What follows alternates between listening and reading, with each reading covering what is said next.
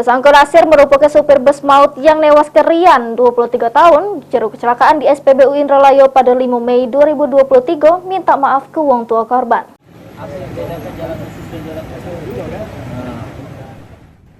Pas dipertemukan dengan wong tua korban yang bernama Abu Yamin, tersangka Muhammad Nasir nyatakan permohonan maaf serta ngaku nyeseli perbuatannya sampai ngakibat ke hilangnya nyawa korban.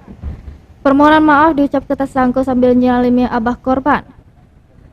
Abah korban Rian ngatoke segala sudah terjadi serta pihak keluarga ikhlas nerimo permohonan maaf tersangka. Tersangka Nasir juga minta maaf serta nyalami seorang betino yang rupa ke bibi korban. Wakapolsek Indralayo, Ibda Ramon, ngatoke ada 12 adegan yang diperaga ke tersangka sebelum pas serta sesudah menumbur korban sampai tewas. Hasil rekonstruksi ini guna yakin ke penyidik terhadap urutan kejadian hasil penyidikan sebelum dilimpah ke Kejari untuk disidangke. Tersangka dewek dijerat polisi dengan pasal 359 KUHP tentang kelalaian jeru berkendara dengan ancaman hukuman 5 tahun penjara. Ahmad Romawi, PAL TV.